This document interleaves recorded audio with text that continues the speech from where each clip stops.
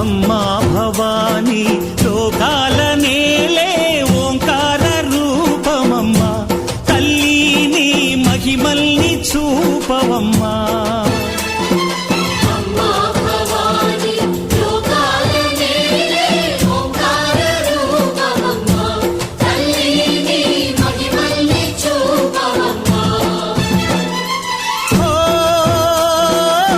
సృష్టికే దీపమా, శక్తికే మూలమా, సింహరథమే నీదమ్మా.